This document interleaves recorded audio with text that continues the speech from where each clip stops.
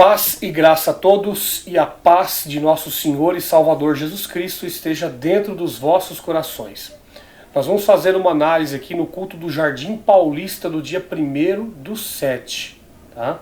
A palavra que foi pregada pelo ancião Paulinho do Paulista, ele pregou a palavra em Josué, e teve dois trechos que eu fiz recorte, e eu vou colocar aqui para vocês. Minha esposa Ma Oliver e eu, nós vamos fazer alguns comentários em cima desses dois trechos. Ok? Ok. Vamos lá? Pensa nos teus filhos no futuro. O diabo está aí para pôr na prostituição, para escravizar, para destruir o moral, o caráter. Muitos escravos sexuais nas mãos de pedófilos, de bandidos, de homens desgraçados porque perderam a graça. Quem perde a graça fica pior do que quem nunca encontrou a graça. Livra a tua família da perdição, irmãos. Creia no Senhor Jesus nesta noite. Seja perseverante na tua prova. Então aqui, o ancião, antes ele estava pregando sobre a escravidão, né? Ele estava pregando sobre aquelas pessoas que saíram do Egito e que antes de sair do Egito elas estavam subservientes ali aos seus senhores, né? E ele foi trazendo essa narrativa para os tempos atuais. E aí ele coloca ali para a irmã, por exemplo, para cuidar dos seus filhos, para o irmão, para cuidar dos seus filhos. Cuida dos seus filhos, para que ele não caia nas mãos dessas pessoas. De pedófilos, de escravos sexuais. Se tornem prostitutas, se tornem escravos sexuais. Porque tudo na congregação, eles tomam que a pessoa sempre pro lado sexual. Eles são tão contra a sexualidade, que é uma coisa que não praticada fora do normal, faz parte da natureza humana, que foi a natureza que Deus criou. Foi dessa forma, através da sexualidade, que Deus determinou que o homem se procriasse e se multiplicasse. Então isso foi uma coisa que Deus criou. Não é nenhum mal. Quem torna essa natureza uma coisa ruim é aquela pessoa que usa na demasia. Tudo em demasia faz mal. Até água que é vida, em demasia ela te faz mal também.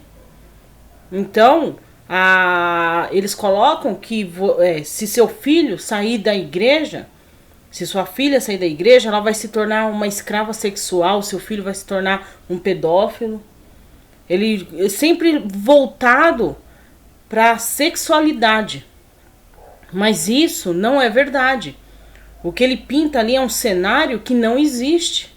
Porque a gente conhece inúmeros filhos de irmãos que não são crentes e que são 10 vezes melhores que os filhos de muito crente que está lá dentro. Nós conhecemos inúmeras pessoas que, quando eram crianças, jovens, estiveram dentro da religião. E hoje já não vivem mais lá. E nenhum é pedófilo, nenhum é escravo sexual. Tem um caso ou outro que a pessoa foi sim para a prostituição, usou da prostituição para viver e assim por diante. Sim, mas são casos bastante isolados. Não é generalizado, não. E a pessoa escolheu aquilo porque ela quis, porque ela teve livre-arbítrio de escolher outra coisa, mas ela escolheu aquilo. E quem enxerga isso são os próprios líderes religiosos e são as próprias pessoas que usam da Bíblia para julgar o seu próximo. São essas pessoas que gostam de condenar as pessoas ao inferno, entendeu? Que ele até diz, né? Ele diz que as pessoas que saem da religião, elas se tornam 10 vezes piores do que aquelas que nunca conheceram uma religião. Isso é uma mentira. Porque nós vemos vários casos nos longos dos meses que a gente vem fazendo vídeo, entre os canais da crítica, vários casos de pedofilia dentro da congregação, vários casos onde teve um caso que ficou bastante famoso, que o avô abusou da neta, a qual os pais... Diácono. Sendo diácono, o qual os pais deixavam com ele, porque ele, sendo o avô, era um segundo pai para a criança, e ele abusou da criança. Teve outro caso que foi, até o nosso irmão Bruno Dedrix falou no canal dele, que o cooperador pegou o rapazinho com o intuito de dizer que queria ensinar o rapaz a servir a Deus ali, fez a cabeça da família, levou o rapaz para um lugar e tentou abusar do rapaz. Inclusive esse caso tá no Jus Brasil. E esse cara foi condenado, né? Esse cooperador. E teve o caso também lá na Itália, por exemplo, que inclusive foi essa igreja que foi feito aí a negociata para transferir para a congregação. Que a congregação, na verdade, recebeu ela e está com ela em pleno funcionamento. Onde dentro da própria igreja teve algumas situações ali de pessoas que inclusive fazem parte não do corpo ministerial. Mas fazia parte da administração do clero, da igreja, né? E ele abusou da criança dentro do próprio templo. E aí? E isso são as pessoas que saíram da religião? São as pessoas que saíram dessa suposta graça que é a Congregação Cristã no Brasil? Ou partem dos próprios líderes religiosos? Observem aqui, vou colocar trecho a trecho para a gente tecer esses comentários de uma forma muito sintática. Vamos lá. Pensa nos teus filhos no futuro. O diabo está aí para pôr na prostituição, para escravizar. Pensa nos seus filhos e no futuro. O diabo está aí para pôr na prostituição e para escravizar. Quando ele coloca dessa forma o diabo, ele já vem com o medo. Ele não vem com o evangelho. O evangelho que te coloca olhos iluminados, que faz com que você evolua no espírito. Que te liberta. Que te liberta. Não. Ele traz a narrativa do diabo, da prostituição, enfim, das coisas ruins dessa vida, para fazer com que você fique alienado dentro do sistema chamado Congregação Cristã no Brasil. E eu tenho certeza de uma coisa. Olha, vamos analisar isso aqui. Quem está constantemente lá dentro da religião sabe disso. Que eles pregam que nós não devemos ficar ansiosos pelo dia de amanhã. Eles falam isso, eles pregam isso. Que o dia de amanhã a Deus pertence, que a gente não deve se preocupar com o dia de amanhã. Inclusive é bíblico, o próprio Jesus de Nazaré ele falou isso, né? Mas ele coloca aqui: cuide dos seus filhos, se preocupe com o futuro deles. Sim, é nosso papel se preocupar com o futuro do nosso filho, dos nossos filhos. Mas não depende de nós. Porque às vezes tem pai que quer o filho seja um médico, mas o filho quer outra coisa.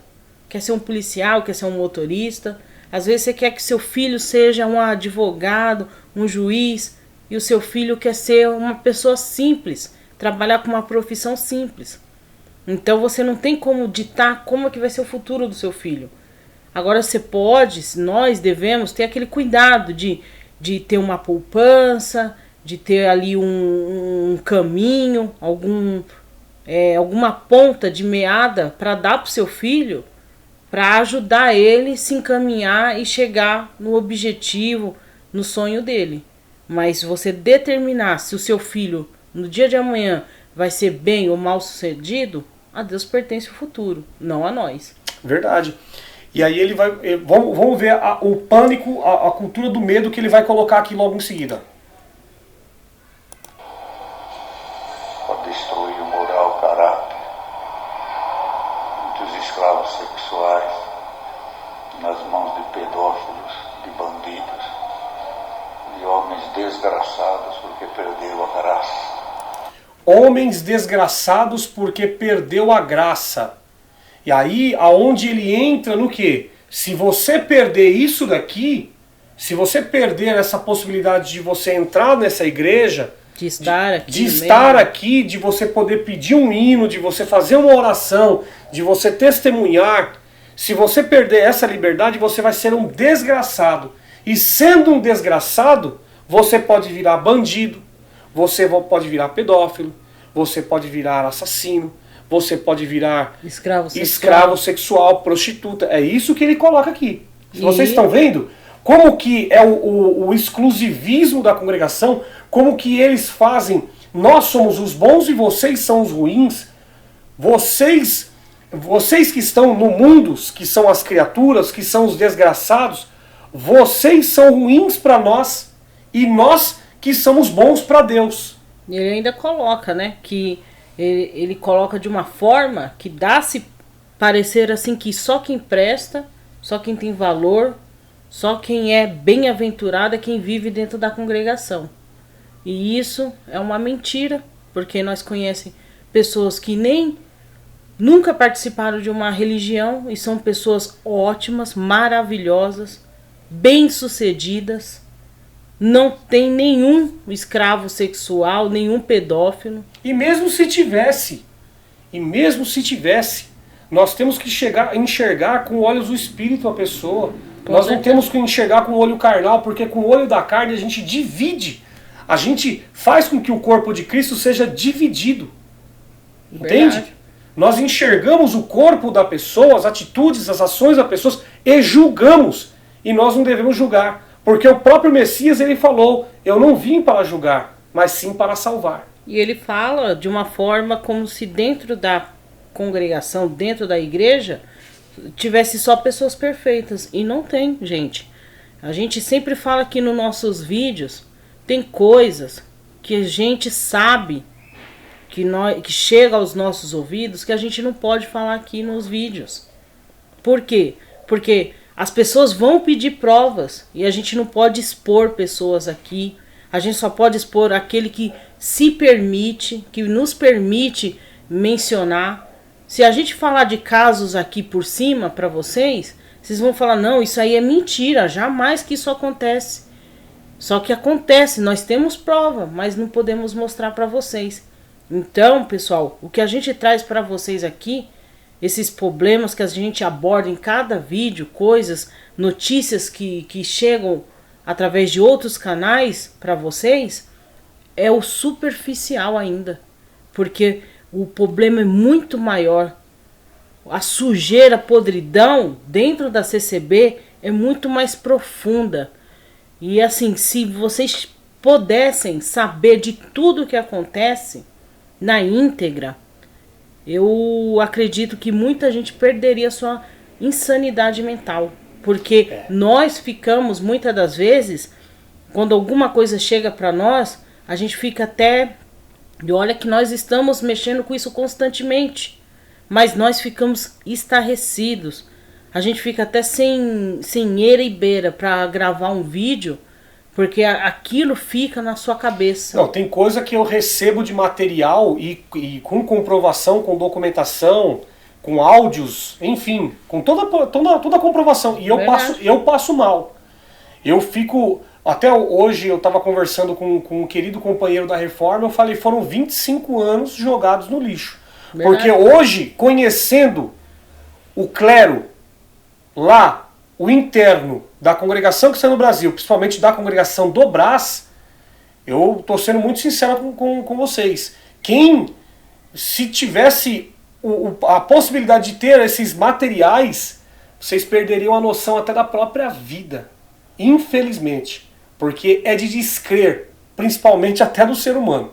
Só que... Você perde tanto o rumo que muitas das vezes dá vontade até de que você fosse ateu. Verdade. Você sente vontade de ter sido ateu, de nunca ter conhecido religião, de nunca ter chegado perto de uma igreja. Porque o que está por trás disso é uma disputa política, uma disputa por poder, uma disputa por dinheiro. São grandes empresários. Nunca foi. Bom, enfim, nunca foi pela alma. Nunca foi pela alma. Nunca. Isso é fato. Agora eu vou deixar transcorrer novamente para a gente continuar os nossos comentários. Vamos lá. Quem perde a graça fica pior do que nunca encontrou a graça. Aqui, ó. Quem perde a graça fica pior do que aquele que nunca encontrou a graça. Verdade, eu concordo. Isso aí. Sabe por que eu concordo? Porque a gente, quando a gente conhece uma religião, eu, por exemplo, quando nasci, minha mãe não era crente, meu pai também não. Meu pai ficou enfermo, doente, e a minha mãe procurou uma igreja buscando uma libertação para o meu pai. E aí, meu pai faleceu, minha mãe continuou na igreja, que foi a congregação. Então, eu comecei a participar da congregação aos 5 anos de idade. E passei a minha vida inteira lá. Fiquei lá até os meus 36, 37 anos. Então, passei 32 anos lá dentro. Saí, agora menos de 2 anos que eu saí da congregação. E eu falo pra vocês, eu tô descobrindo quem eu sou agora. Eu não era uma pessoa, eu era simplesmente um fantoche. Não, então, mas aqui ele está dizendo que quem perde Sim, a graça que é a congregação, mas eu vou chegar fica lá. pior. Eu vou chegar nisso. Por que fica pior?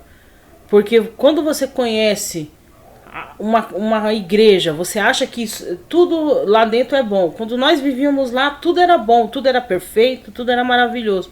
Agora que a gente enxerga a verdade, é uma revolta tão grande, que a gente tem que todos os dias nos poldar, todos os dias nos recriar.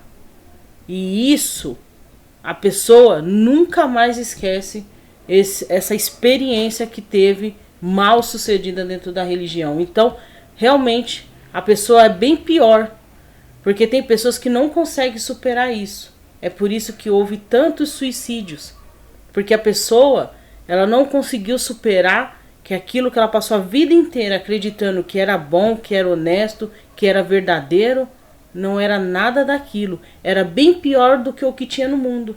Então as pessoas, quando ela sai da igreja, elas saem bem piores mesmo. Mas quem tem força de vontade de lutar e quer lutar contra o sistema, isso a pessoa consegue. Porque, mais uma vez, a pessoa tem o seu livre-arbítrio. Nós escolhemos lutar. E a luta é constante, diária. Mas muitos não conseguiram. Muitos deram cabo da sua vida por não aguentar ver que lá no sistema religioso é muito mais podre e sujo do que o mundo aqui fora, que eles julgam ser do maligno e que é um mundo onde, se você vier, você vai se desgraçar. E não é nada disso. Nada disso. Então vamos lá. Livra a tua família da perdição, irmãos. Creia no Senhor Jesus nesta noite. Seja perseverante. Livra a tua família. Então ele está dizendo, olha, não deixa a pessoa sair da igreja e você não saia também daqui. Então livra a tua família. Entende? Você tem poder de livrar sua família? Não, eu não tenho poder. Se porventura, se eu tivesse dentro da igreja, por exemplo, meu filho falasse comigo, pai, eu não quero continuar na igreja, eu não tenho poder nenhum. Então você não tem poder de nada. Até porque, se as pessoas que vivessem dentro da igreja tivessem poder sobre sua família, não teria nenhum irmão com os filhos nas drogas, não teria nenhum irmão com uma filha prostituta, não teria nenhum irmão com filho bandido. E é o que mais tem. Só que eles escondem, né? Mas tem inúmeros irmãos aí, com os filhos dentro do sistema prisional, com os filhos dentro de manicômio, com os filhos na prostituição, nas drogas. E cadê o poder deles? Eles estão lá, firmes, congregando, os 7 dias da semana, cumprindo todas as regras, seguindo a doutrina à risca. Isso livrou os filhos dele disso? Não. Porque tudo é o livre-arbítrio. O seu filho vai crescer, você pode até ter domínio sobre ele enquanto ele for de menor.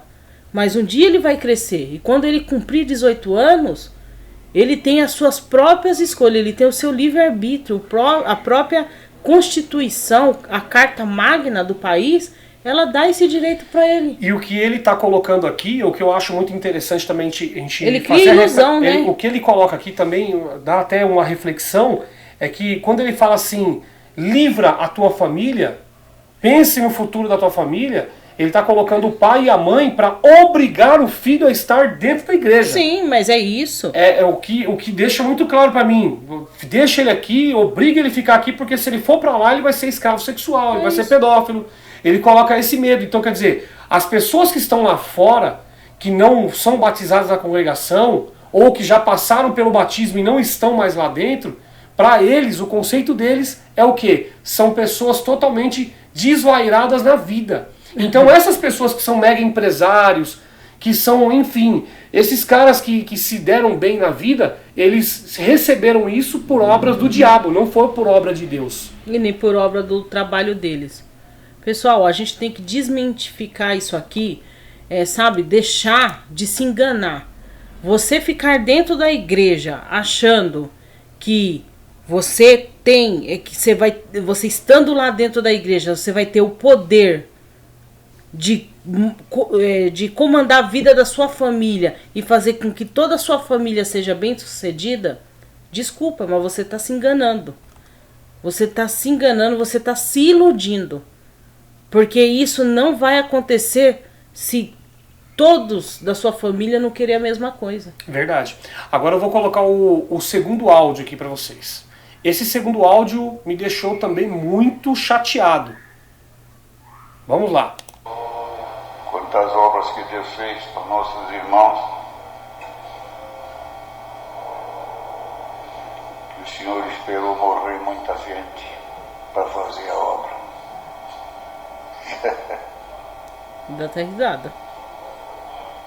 Dá medo pregar isso, não quero a morte de ninguém.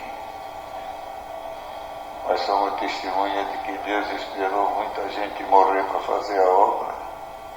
Deus sabe onde vai bater esta palavra, é a verdade, irmãos. Então Deus esperou muita gente para concretizar a obra dele. Palavras dele, né? Palavra dele. Inclusive ele fala que ele não queria nem pregar isso aí, só que ele deu risada. Ele ainda dá risada. Ele dá risada. Então, vamos lá. Deus esperou muita gente morrer para cumprir. No Velho Testamento, nós temos várias histórias que constam que houve sim um momento onde teve um extermínio. Por exemplo, Noé teve aquele dilúvio para acontecer uma situação de liberdade para com Noé, e na verdade houve centenas e várias situações, mas nós estamos no Novo Pacto. No Novo Pacto, Jesus de Nazaré, ele deixou muito claro: quem vos condena é Moisés. Então quem anda debaixo dessa lei que condena a morte e sentencia a morte é o legalista, é aquele que anda debaixo da lei de Moisés, é aquela pessoa que vive no Velho Pacto. Então esse homem, ele ensina as pessoas dentro da igreja o legalismo.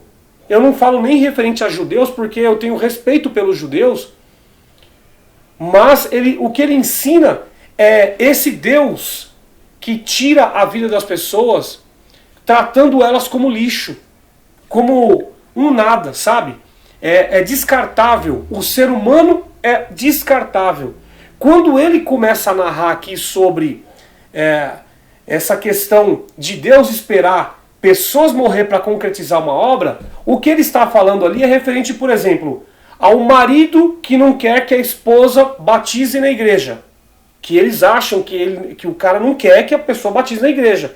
Então vamos esperar ele morrer para ela batizar. O filho que está nas drogas e que não está deixando a mãe em paz. Vamos deixar ele morrer para a mãe ficar em paz, congregando, servindo a Deus. O vizinho que se levantou contra o crente. Vamos deixar Deus tocar a mão nele, morrer, para o crente ficar em paz. O patrão que não quer dar momento para o funcionário, que é crente.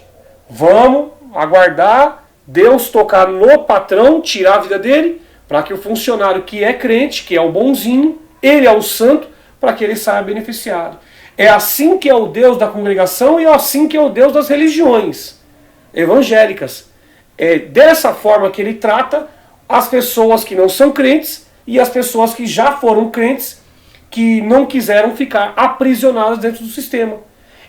O Deus dessa religião, ele faz isso, ele descarta pessoas. Ele cruza os braços e ele aguarda. E ele coloca aqui, nesse ponto, ele coloca que Deus mata pessoas. Então quer dizer, a pessoa sair debaixo de 6 graus, porque em São Paulo no dia 1º estava 6 graus, foi no Jardim Paulista para ouvir uma palavra, e quando chegou lá, debaixo de 6 graus, ouvir um conforto, o evangelho talvez, ela se encontra com uma palavra de sentença de morte, de discurso de ódio, porque isso para mim é um discurso de ódio. Isso para mim se trata de um crime. Vamos observar, minha esposa vai dar o comentário dela aqui agora, mas nós vamos dar continuidade nesse áudio e a gente vai entender onde é que ele vai chegar. O que dizer? Você sai da sua casa para buscar uma palavra de conforto, porque a TV, os jornais, a internet é constantemente mostrando desgraça, morte, fome, miséria, doença e mortes e mais mortes e mais mortes. Verdade. Porque é isso que há 1 ano e meio que nós vemos constantemente. Todo jornal, ele já começa, todo jornal, dando ali as estatísticas de morte da Covid. Já começa o noticiário com mortes, com o número de mortes. É sempre assim. Então, você vai na igreja para escutar uma palavra de conforto, uma palavra que te anima para o dia de amanhã, uma palavra que seja motivacional, que te dê energia para você no outro dia continuar lutando. Aí você chega lá na igreja e escuta uma palavra de sentença, onde diz que se você sair da igreja, suas filhas vão virar escravas sexuais, seus filhos vão virar pedófilos, que vocês vão virar pessoas desgraçadas, onde ele fala que Deus esperou muito, ele denigre Deus. Pessoal, vamos prestar atenção nisso. Ele fala assim, Deus esperou muita gente morrer para ele cumprir a palavra. Morreu quem tinha que morrer. Cada um das pessoas que faleceram cumpriram o seu papel na terra, cumpriram o seu período de vida aqui. Isso vai chegar o meu dia, o dia do Michel, o dia de todos nós. E um detalhe, desculpa até te cortar, morreram pessoas, obviamente, assim como na sociedade, quantas pessoas que morrem por dia. Só que ele enviou o seu filho unigênito para fazer um sacrifício único para perdoar a todos. Sim, mas então, eu falo... esse homem, ele não prega isso. Eu falo na questão material mesmo. Material, sim. Entendeu? Pessoal, porque assim, o Michel, ele tem sempre, a análise dele é sempre batendo com as questões bíblicas. Eu tento trazer um pouco na ramificação do dia a dia mesmo, da vida, da experiência de vida. Para que a gente possa pensar, tenha uma visão macro. A gente não pode olhar para a nossa vida e basear tudo nas escrituras. Nós não somos personagens bíblicos. Nós somos seres humanos. Então, enquanto seres humanos, a gente tem uma vida terrena também.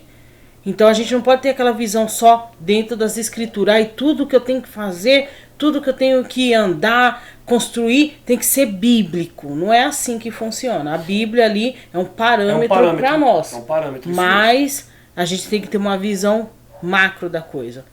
Pessoal, eu tenho uma visão que é o seguinte: igreja é um lugar para você ir, para você descansar a sua alma. É um lugar que deveria você ir para escutar palavras de conforto, palavras de caridade, palavras de amor, palavras de motivação. Você vai para uma igreja onde você só escuta sentença, desgraça, morte. Desculpa, isso para mim não é uma igreja. Isso para mim é a própria boca do inferno aberta na terra. Por exemplo, o jovem vai na escola. Ele vai lá para aprender sobre questões sociais, sobre questões históricas, e ele recebe o diploma, ele passa os graus. O enfermo vai dentro de um hospital e ele volta na sua grande maioria das vezes, ele volta com saúde, tomando os medicamentos, fazendo o seu... Volta com uma esperança, né? Com uma esperança. Tem alguns que infelizmente não conseguem, mas você vai para um local para você trazer algo de bom. Sim. Né? Esse é o intuito. Mas Esse é o intuito. Aí eu vou numa igreja para tentar trazer algo de bom e por detrás das cortinas eu acabo trazendo isso. Eu acabo trazendo desgraça, eu acabo trazendo medo, Agora imagina. pânico, eu acabo trazendo divisão. Agora vamos pegar uma outra visão. Não faz parte ainda da nossa realidade, mas vamos olhar pelo olhar de um enfermo idoso. Você tem um enfermo idoso na sua casa. E aí você vai congregar, buscar uma palavra de conforto. Aí quando você volta, ele já está ali em pânico, com medo do Covid, com medo de morrer, com medo de ir no hospital e pegar a doença e ficar por lá mesmo, e assim por diante. Aí você vai na igreja buscar a palavra, trazer uma palavra de conforto, chega em casa, qual foi a palavra? Então, Deus falou assim que se a gente sair da igreja, nós vai ser desgraçado, nós vai ser escravos sexuais, nós vai ser... Gente, só coisa ruim. Só coisa ruim. E ainda falar para o enfermo, por exemplo, que Deus ele aguarda pessoas morrerem para cumprir a obra para as outras pessoas serem felizes. Imagine, você fala para um enfermo idoso na sua casa, então Deus falou assim que tem palavras que ele só cumpre, mas antes dele cumprir, ele permite que muita gente morra. Essa pessoa, esse enfermo, ele vai olhar e vai falar, poxa, quanta palavra que ainda não cumpriu na minha vida. Será que Deus está esperando eu morrer para cumprir? Mas ele coloca isso no áudio. Cuidado para que você não seja peça de tropeço na vida de ninguém. Sim, aí você tá entendendo? E ele ainda acrescenta essa infeliz frase. Pessoal, é o seguinte. Ninguém é pedra de tropeço na vida de ninguém. Desculpa. Esse negócio de falar assim... Ai, eu não estudo porque eu não tenho condições. Não, você não tem força de vontade.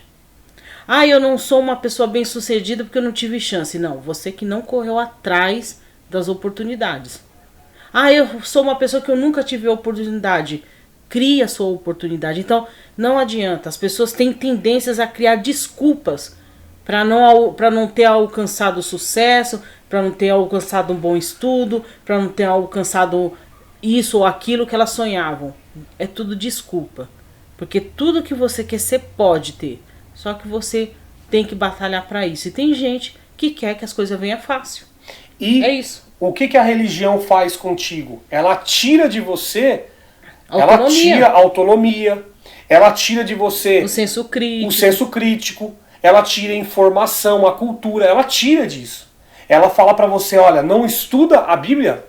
Na congregação é assim, né? Eles falam entre linhas para você estudar, né? Para você ler. Ler estudar. Mas se você junta um grupo para você estudar as escrituras, se o cooperador fica sabendo, ele te isola na hora. Inclusive teve, né? O cooperador de jovem de uma cidade aqui da Grande São Paulo. De Campinas. Campinas.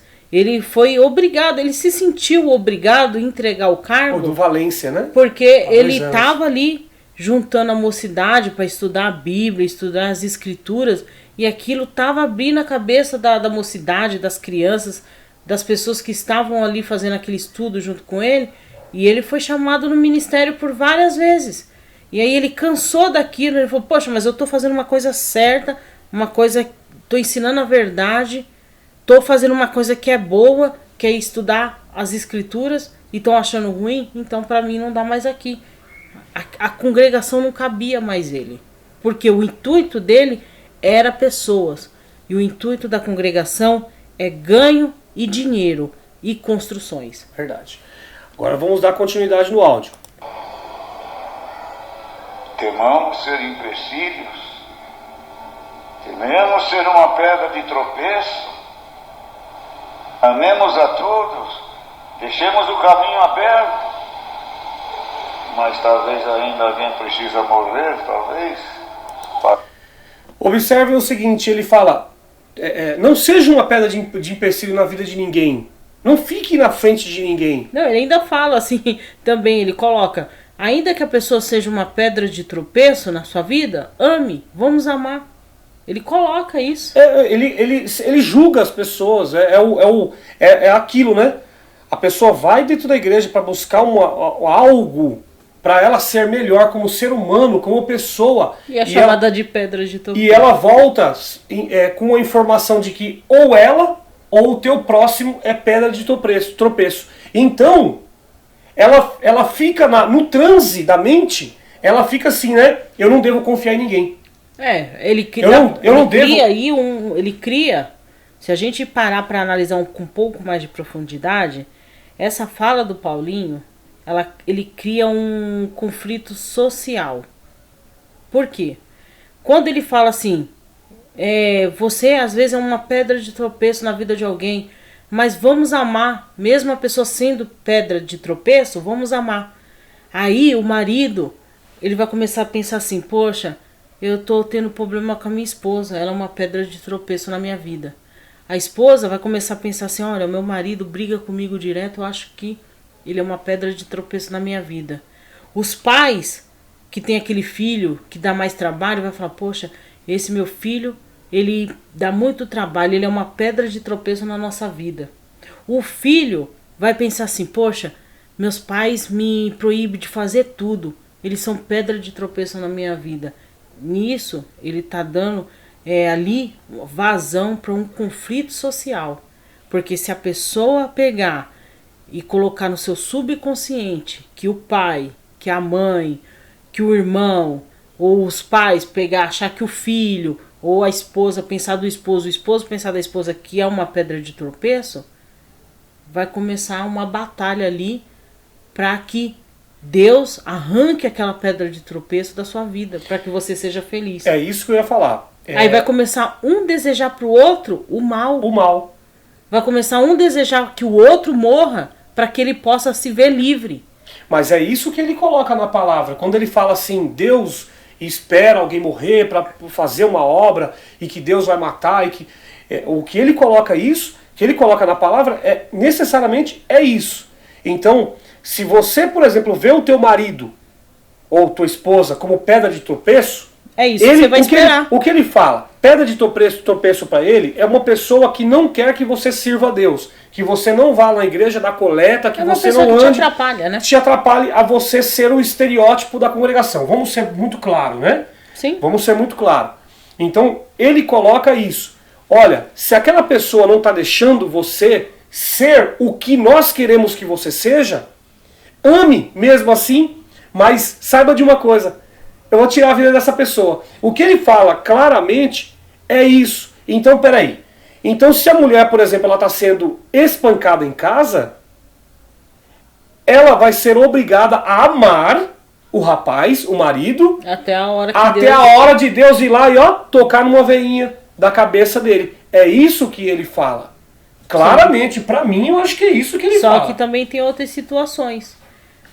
Nessa situação onde o marido ele está judiando ali da esposa e a esposa pensar isso, até por conta do sofrimento ela pensar isso é até uma coisa que, vamos dizer assim, até normal. Mas tem o marido ali que não espanca a esposa, que trata bem a esposa, porém ele não gosta que ela vá para a igreja. Às vezes porque ele gostaria de ver a esposa mais bem arrumada e ela não se arruma por conta da doutrina. E aí eu vou pegar e esperar a morte daquele homem, mas aquele homem cuida de mim, paga minhas contas, me sustenta, cuida dos meus filhos. E aí eu vou ficar esperando a morte dele? É o conflito social que você falou. É o conflito social. Então, gente, a gente tem que ter cuidado, porque às vezes uma palavra que a gente fala motiva a outra pessoa. E a gente tem que ter cuidado que a gente tem que dar palavras que motivam a pessoa para o bem. E não pro mal. Porque isso aí é um gatilho. É um gatilho. É um gatilho para ser acionado uma janela killer na mente da pessoa. E a pessoa viver dentro do mal. Pessoal, eu até recomendo para quem assistir nosso vídeo aqui, assistam os vídeos do Augusto Cury, onde ele fala como é que é a formação do pensamento. Aquilo é um estudo que ele estuda há anos. É comprovado, segundo a ciência, que aquilo que ele fala é real. Então ali ele explica como é que é formado os pensamentos. e como que acontece na nossa mente quando a gente pensa coisas boas e coisas ruins. São janelas que a gente abre no nosso pensamento. Então, quando alguém vem e fala para você assim, olha, seu marido tá te dando trabalho, ele é uma pedra de tropeço. Automaticamente ele acionou uma janela killer, que é chamada de janela killer, na mente, aonde você vai começar assim, então ele precisa morrer. Ele precisa morrer porque eu preciso ser feliz. Ele precisa morrer porque eu preciso ter paz. Ele precisa morrer porque eu preciso servir a Deus com liberdade. E aí você começa a desejar a morte do teu próximo, indo contra aquilo que Deus te ensinou. Agora vamos lá. Aqui, ó. Parabéns. Sim. Parabéns. Partir, vocês fiquem sabendo que se precisar, o Senhor manda para o cemitério. É a palavra desta noite. Dá medo de pregar isso. Nós somos ensinados a não pregar morte, não é, irmãos? Eles são ensinados, existe um diálogo entre os anciães, um acordo entre os anciães. E até um tópico. Existe um tópico entre os anciães lá, revelado pelo Espírito Santo da Congregação Cristã no Brasil, aonde eles se reuniram com o dinheiro do povo numa assembleia, e o Espírito Santo veio, desceu como uma pomba na cabeça deles e mostrou que eles não podem pregar sentença de morte no púlpito. Certo? Mas ele prega. Só que aí ele diz que a palavra é revelada por Deus ali. Que é Deus usando da boca dele. Então há-se um conflito entre Deus e o Espírito Santo. Porque o Espírito Santo revelou para eles em assembleia que eles não deveriam pregar morte. Aí Deus vem e fala assim, mas eu quero que você pregue morte, então você vai pregar morte. Então Deus contradizendo o Espírito Santo. E aí? Como é que fica? Como é que fica isso? Né? O que eles vão dizer? Eles vão falar assim, não, mas foi Deus que mandou. Mas lá atrás Deus não mandou. Isso. Vocês estão entendendo isso? Isso é uma farsa, isso é um engano, é engodo. Isso fica comprovado o que nós vem sempre falando para vocês. Tópicos de ensinamento não são revelados por Deus. São acordos que eles fazem entre eles para seguir uma pregação unânime dentro da congregação. Correto. Eles falam para não pregar a morte, só que a morte também faz parte da nossa vida. A morte, a vida faz parte da nossa vida. Todos os dias morrem e todos os dias nascem pessoas. Isso faz parte, é a ordem natural da vida, do ciclo da vida. Tudo que um dia nasce, morre. Verdade. Nada é eterno. Então, o que acontece? Ele fala que o Espírito Santo revelou lá na Assembleia, lá para o tópico que não deveria ser pregado. Mas Jesus, Deus, vem e fala, não, prega a morte. Então isso quer dizer que o Espírito Santo está virando um novo Lúcifer no céu? Está se rebelando contra Deus? Porque um fala uma coisa, outro fala outra? É verdade. Então vamos pensar nisso. É verdade. Entendeu? Agora, vamos lá. Tópico, mas se Deus manda a palavra para pôr temor, para pôr reverência. Tópico. Para pôr temor, para pôr reverência, tá aqui, ó. E o que é temor e o que é Deus reverência? manda a palavra para pôr temor, para pôr reverência. Vocês estão entendendo? Então, assim, e se Deus manda a palavra, passando por cima dos tópicos, para pôr temor, para pôr reverência? Então, quer dizer, a palavra da congregação é para colocar você em medo, Sim. em pânico, em temor, em terror. É isso que ele está dizendo, certo? Não é para te aliviar. Meu fardo é leve, meu jugo suave. Quem vos julga é Moisés. Já tem um que vos julga, certo? Foi isso que Jesus de Nazaré falou. Mas esses homens, eles acham por bem andar ainda pela lei de Moisés. E na lei de Moisés você vai encontrar isso mesmo. Você vai encontrar transgressão, pecado, morte. Você vai encontrar uma série de situações que aconteceram no antigo pacto e que nós não somos mais participantes disso. Vamos explicar para vocês aqui, segundo o Google, o que é temor. Temor, falta de tranquilidade, sensação de ameaça, susto. Então, se Deus ele vem com uma pregação de morte, é porque ele quer te colocar em falta de tranquilidade, em uma sensação de ameaça, em uma sensação de susto. Porque é isso que está dizendo aqui. Sentimento profundo de respeito e obediência. Pessoal, Deus, Ele não quer que a gente respeite Ele e tenha reverência por Ele por medo, mas porque nós o amamos. É por isso que Ele dá para nós o livre-arbítrio, para que a gente escolha fazer por nós mesmos e não sob ameaça. É muito fácil nós, como pais, dizer assim: meu filho é uma criança super obediente, sendo que você está o tempo todo com o chicote na mão, ou a cinta na mão, o ameaçando. Qualquer criança vai ficar obediente sob ameaça. Agora, uma criança que realmente ela é educada, ela respeita os pais, ela, mesmo que não está na presença dos pais, alguém fala: oh, vamos pular, vamos chutar uma bola aqui. Ela fala: não vou fazer não, porque o meu pai não gosta. Não vou brincar de bola aqui dentro de casa porque minha mãe não gosta. Ele respeita, mesmo que os pais não estão ali. Ele obedece por amor, por respeito. Então é isso que Deus quer de nós. Verdade. E tem aqui também, eu vou ler para vocês, o que é a reverência. Reverência é veneração pelo que se considera sagrado ou se apresenta como tal. Então ele coloca ali que Deus vem com a pregação de morte para colocar nós na reverência. Então Deus, ele está colocando nós para o considerar sagrado. Ele é sagrado.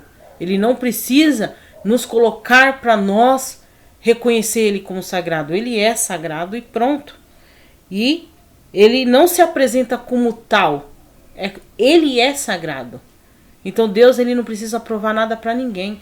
Se você quiser o reverenciar como autoridade suprema, como poder absoluto, ele vai receber teu louvor. Mas se você também não querer, ele também não vai te obrigar, porque Deus, ele não precisa de nada por obrigação. Foi o que Moisés interrogou o próprio Deus e perguntou para ele: mas se perguntarem para mim quem o Senhor é? Deus respondeu para ele: diga ao povo que eu sou. Ele só falou só isso: eu sou. E Jesus de Nazaré, ele respondeu: eu sou o pão da vida, eu sou isso, eu sou aquilo. Então assim, ele é o tudo ele é o em tudo. tudo. Ele é o tudo em tudo. Isso mesmo. Ele é tudo em todo. O que é todo? Todo esse mundo. Deus, ele é todo esse mundo. E todo esse mundo é Deus. Isso. Então vamos lá. Se precisar matar, o Senhor mata, mas vai cumprir a palavra. Dando risada ainda. Essa palavra, irmão. É a realidade da palavra. É o massacre da Serra Elétrica. Mais uma vez, pessoal, para quem não sabe, eu voltei com o meu canal, Ma Oliver Conversas. Eu fiz um vídeo essa semana do caso Lázaro, onde eu falei sobre a comemoração em cima da morte de um ser humano, a qual eu considerei a degradação humana. E a degradação humana, mais uma vez, se manifestando em uma pessoa que deveria ser exemplo, porque é um líder religioso, é uma pessoa que já é de uma certa idade, né? Deveria passar exemplo, mas ele fala de morte, ele fala que se preciso for Deus matar alguém para cumprir a palavra, Deus mata de uma forma rindo. Ainda que seja para um cumprimento da palavra de Deus, nunca, jamais devemos comemorar a morte de ninguém. Porque Deus fala na palavra que ele não tem prazer nem na morte do ímpio. Então nem naquele que comete a impiedade, que comete o mal, que faz o que não é bom, Deus não tem prazer na morte dele. Então por que nós vai ter prazer na morte de uma pessoa que de repente até inconsciente faz um mal pra gente ou nos prejudica de uma forma que às vezes nem ele percebe que está sendo usado para cometer aquele mal? Então jamais vamos comemorar, sorrir, dar risada em cima da morte de ninguém. E nem triunfar em cima de de qualquer situação contra o teu próximo, né? Isso é verdade, fato. porque se nós não queremos a morte, por que desejar a morte por outro?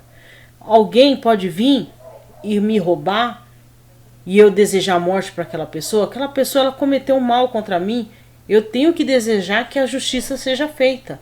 Mas desejar a morte dela é outra coisa totalmente diferente.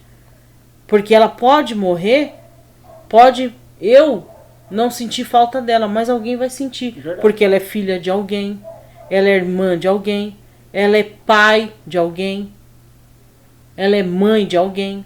Então, ela pode ser ruim para mim, mas para alguém ela é boa. Verdade. Vamos lá.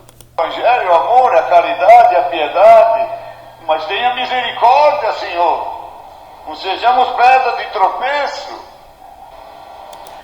Entende? Então aí ele finaliza esse áudio falando que isso faz parte do Evangelho. É o Evangelho de amor, de piedade, de misericórdia. Então quer dizer, olha o que ele fala no final desse áudio. O Evangelho de amor, de piedade, de misericórdia, mas não seja pedra de tropeço. Então já não é amor, misericórdia, perdão.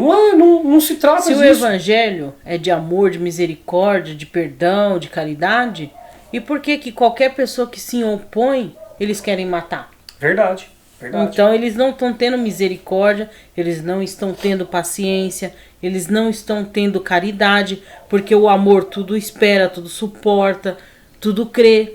Então tá indo totalmente contra. Esse é o amor ágape que você está falando. Verdade. Esse amor, o homem nunca vai conseguir chegar nesse amor. Sim. Nunca. O que ele está pregando é como se você pegar dois ímãs pelo polo oposto. Você tenta grudar e ele não gruda. Não tem como, gente, você dizer que o Evangelho é de amor, é de caridade, é de compreensão, mas qualquer coisa que aconteça de adversidade você já quer matar. Não existe isso. É dois ímãs que não se colam. É dois polos que não se atraem. Verdade. Eu vou deixar aqui, inclusive no primeiro comentário, no topo, eu vou deixar o link para vocês clicarem e ouvirem novamente esse mesmo áudio.